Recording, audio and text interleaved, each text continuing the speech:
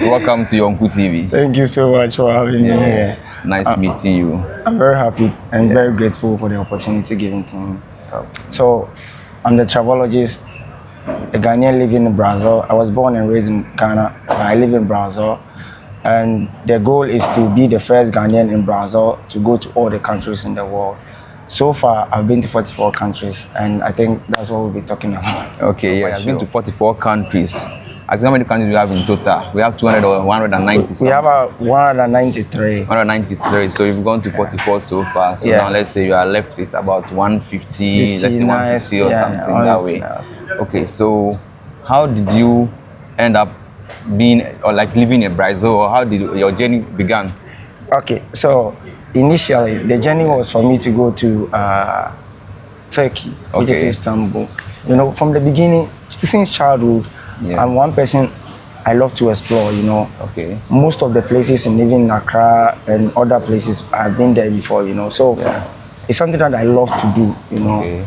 So I decided to take a step and then travel to Turkey. Then through Turkey, I go through Europe and then the rest. But it's a long story, you know. It's a long story. And then later on, I decided to give a try to Brazil, and it came true, and that's how I ended up in Brazil.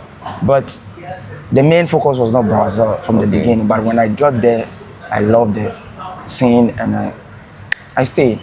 So that means Brazil was not your first country you visited.